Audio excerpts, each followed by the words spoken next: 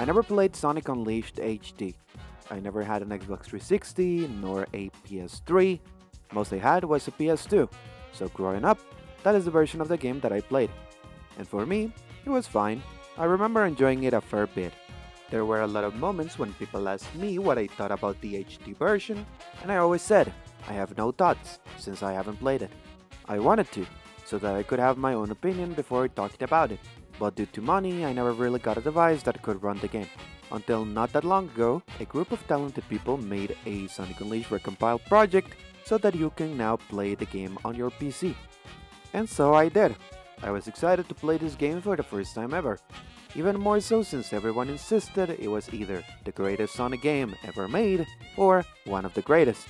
Now, I didn't like the boost formula in Sonic Generations, so I thought that if one game was going to convince me, it was going to be this one. And so, the time came when I streamed it, finished it, and when I did, Fuck this game. I don't think I'm going to ever play this game again. I disliked it. I tried to enjoy the game, I tried to play it as good as I can for a noob doing a blind playthrough, but it was not fun. The daytime stages were hard to react to, which made it so that it was almost impossible in some cases to beat some of them on your first try. Sonic without skills felt clunky and annoying on both gameplay styles. Finding the upgrades for the daytime stages was vague and not clearly indicated, where to go next was confusing and sometimes inaccurate, and the NPCs didn't really help either, which led to sometimes jumping around from one hub to another, waiting for it to load, and finding out I went to the wrong place, which was tedious and boring. Sonic's daytime controls were clunky, unsatisfying, and stressful, and I didn't feel like I was truly in control. The Werehog stages were unironically way too long, which didn't bother me as much, except for the fact that they were filled with annoying gimmicks like levers, boxes, more levers, and more boxes that not even the bosses were safe from. Grinding for medals was also a chore, since it's not like I didn't even try to find as many as I could when I was playing the stages for the first time, which was not close to enough, and the list goes on. I took some time. I had to think about it harder than I ever thought about any other Sonic game. Not only so that I could put into perspective how it felt to play the game blind, but also to, in a weird way, figure out how I should feel about the game, since not enjoying it felt wrong, like I was doing something that shouldn't be done. Adding to that stress, there was also the people that seemed to have forgotten or ignore how the game could feel for a first-time player. You have to play it more to like it. You are not supposed to beat the stages on your first attempt. You are doing it wrong. You should do this. You should do that. You should know how to do this, or you should know how to do that. Which, let's be as fair as we can and say it's not a problem. Then, where do people get that knowledge from? To some, it might sound stupid to talk about tutorials in games, but when you play something new, you shouldn't be expected to know all of this. So I thought to myself, well, maybe the game will give me that information somewhere, but it never really did. Those things they preached were never provided to me from the game. So where did they get that from? What kind of weird-ass secret code is this?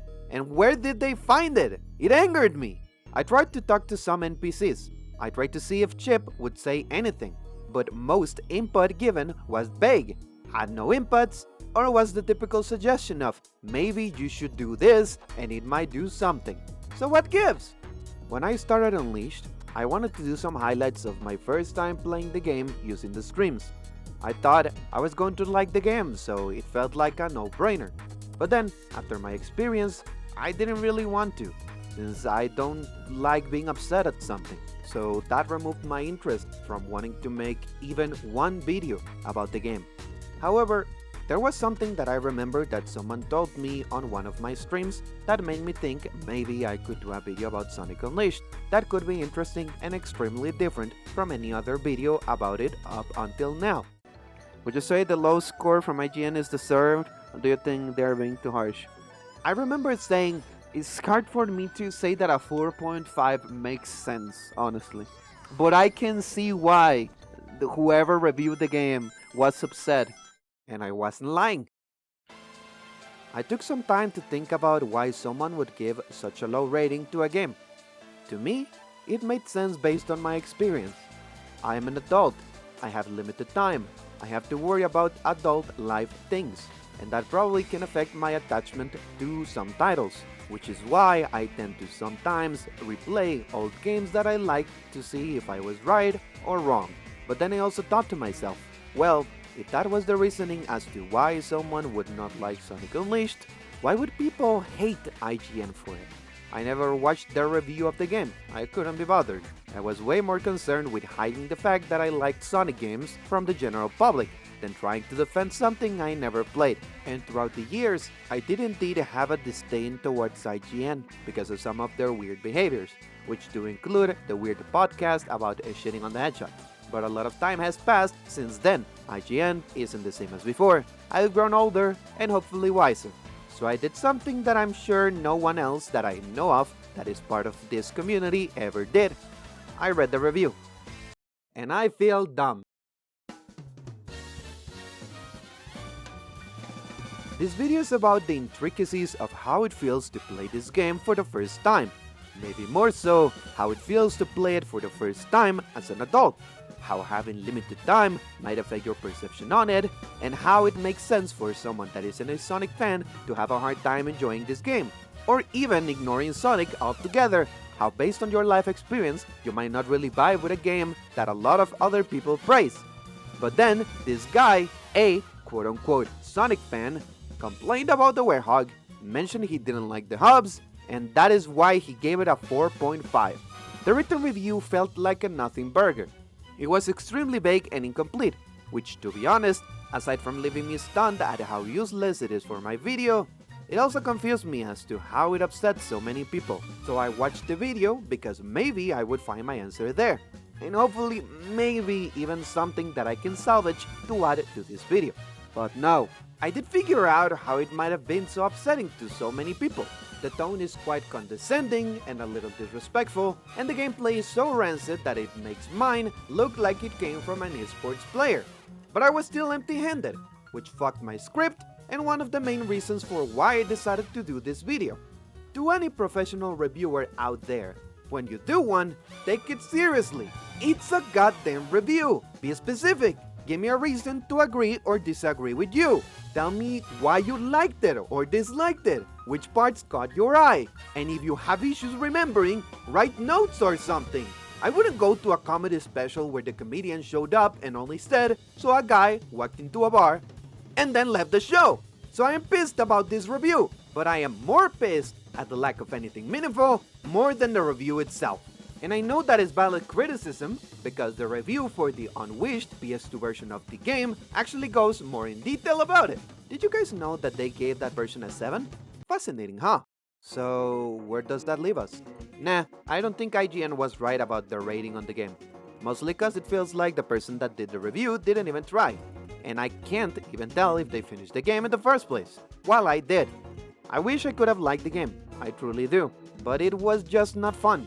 And even with that, I don't know what number I would give it, since I feel quite split.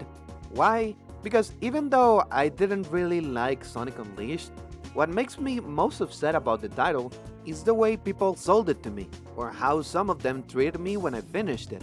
But is that the game's fault? If I just played the game for curiosity without anyone giving me their takes on it, would I feel different about it? If people didn't act so entitled towards it, would I enjoy it more? Was it really the game's fault, or was it something else? Maybe I could learn to bear with the controls or ignore my adult responsibilities and just enjoy the title. But right now, I don't want to. It is fair if people don't like this review. It is also fair if people get upset from it. I'm aware I decided to clickbait the shit out of this video, but well, it is YouTube. What can you expect? I personally don't really mind if people don't agree. For what it's worth, if you love the game, I'm happy for you. If you want to sing its praises, go on, do so. You're free to love or hate what you want. That is not the purpose of this video. I just wanted to express how I felt, just cause I needed to. And maybe, if you don't agree, you can still understand where I come from, where others might come from, if they do or don't enjoy what you do. Keep on doing what makes you happy, but try to be understanding when people might not be in the same boat as you. Sometimes the reasoning behind it might help expand your perspective. Maybe in a different timeline, this video wouldn't exist, and we would instead have multiple videos talking about my enjoyment of Sonic Unleashed. But unfortunately, that isn't the case this time. Thanks for watching. This is I, and I say bye. Lots of love, and see you next time. Bye bye!